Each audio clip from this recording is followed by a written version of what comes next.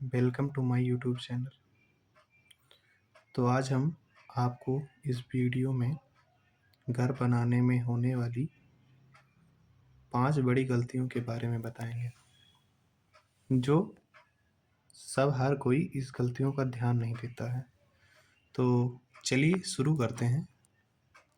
तो ये देखिए, सबसे पहले आप लोग ये सोचिए कि आप जब कोई घर बनाना चाहते हैं तो उसमें सबसे ज़्यादा त्रुटियां हो जाती हैं। कभी किसी चीज़ की कमी हो जाती है, तो कभी तराई की कमी हो जाती है। तो चलिए हम आपको 5 बड़ी गलतियां जो आपको नहीं करनी चाहिए। पहली गलती, बिना मिट्टी की जांच सॉइल टेस्टिंग की नींव बनाना।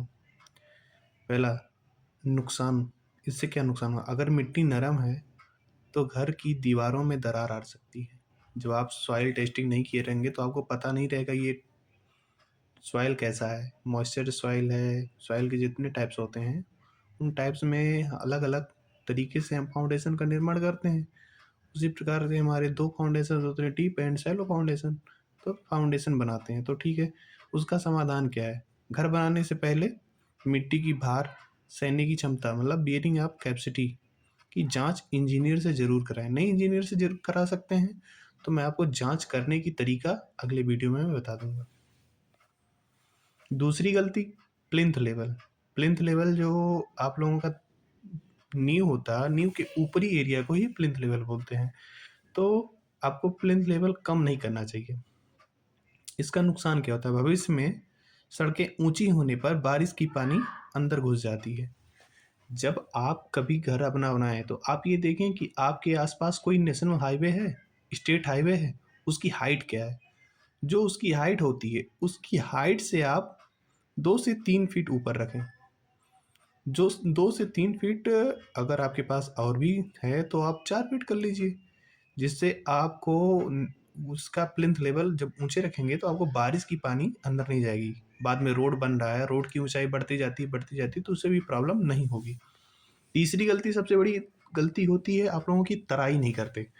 लोगों का घर बन रहा है, उसमें लोग तराई करने में कंजूसी कर देते हैं। सबसे ज़्यादा कंजूसी इसी में करते हैं लोग, तराई में।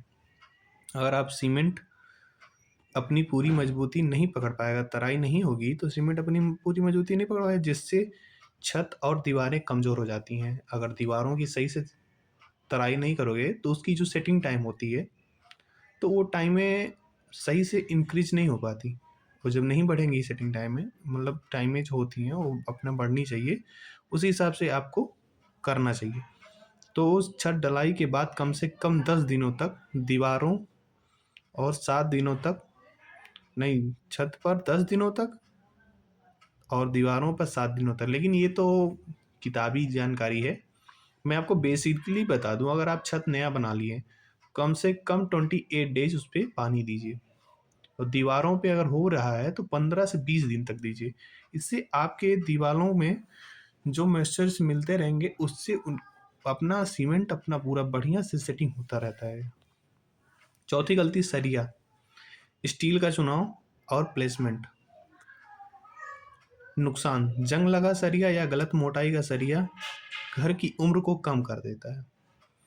जो ऐसे आप लोग सरिया ले आते हैं, तो जितनी आवश्यकता होती है सरिया की, उतनी सरिया आप लाते रहिए और उसको सही जगह हैंडलिंग करिए। सही जगह उसको रख रखाव में रखिए, उसका स्टोरेज अच्छे जगह से करिए। क्योंकि वो सरिया जब आपकी भीग के उसमें जंग लग जाती है, तो जो भी आप आरसीसी वर्क करते हैं, तो उसमें जब जंग लगी सरिया पड़ी रहती है तो धीरे धीरे आपका स्ट्रक्चर कमज़ोर होने लगता है। तो आप कभी कभी लो क्वालिटी का भी सरिया ले आते हैं, तो आप एक काम करिए, बढ़िया सरिया, अच्छी क्वालिटी का और जंग लगी हुई सरिया मत लाइए। तो इसका समाधान देखिए, यहाँ पे हम लिख रहा है, हमेशा अच्छी कंपनी टीएमटी सरिया इस्तेमाल करें और ड्राइंग के हिसाब से ही सरिया बनवाएं। टीएमटी एक वो होता है कोड, उस कोड के हिसाब से जो सरिया होती है उसी का आप यूज करिए। पांचवी गलती, प्लम्बिंग और बिजली के पॉइंट की गलत प्लानिंग। आप घर बनाते समय आपको ये चीज़ नहीं याद रहता है कि मुझे कहाँ पे अपना फर्नीचर वर्क रखना है, मुझे कहाँ पे डाइनिंग रूम बनाना है, यहाँ पे लिविंग रूम है, तो आपको जानकारी ना हो पाती है क्योंकि आप उसको पहले से प्लान नहीं करा के रखते हैं। जो आप किसी घर को प्लानिंग के रूप से बनाएँगे, तो आपको सारी जानकारी पहले से हो जाएगी। जब पहले से हो जाएगी, तो आप जो आपका वायरिंग और प्लम्बिंग, पानी का जो फिटिंग है, जैसे आप लैट्रिन रूम की पानी की फिटिंग के लिए प्लम्बिंग का काम होता है, वायरिंग की फिटिंग, वायरिंग बिजली की पॉइंट जो बनती है, जैसे दीवालों में वायरिंग होता है, दीवार के बाहर भी वायरिंग होता है, तो आप दीवारों के अंदर भी लोग करा देते हैं, बाहर ऊपर सरफेस से भी करा लेते हैं। तो उसी टाइम आप जब डिसाइड करके ही घर अपना नक्शे के हिसाब से बनाएँगे, तो आपकी सारी चीज़ें एज़ इट इज़ उसी जगह से होती रहेंगी, तो आपको बाद में अलग से एडिशनल वर्क नहीं कराना पड़ेगा। तो वही चीज़ है, देखिए समाधान क्या, फर्नीचर लेआउट के हिसाब से ही पहले ही स्विच और नल के पॉइंट तय कर लें, मतलब घर बनने से पहले ही तय कर लें, जिससे आपको फिनिशिंग के बाद कोई दिक्कतें ना आए। ठीक है, फिर आज का वीडियो इतना ही, मैंने पाँचों पॉइंट पे आपको डिस्कस कर दिया। अगले वीडियो में मिलते हैं आपको। बाकी धन्यवाद। घर बार बार नहीं बनता है, इसीलिए शुरुआत से ही सही प्लानिंग करें।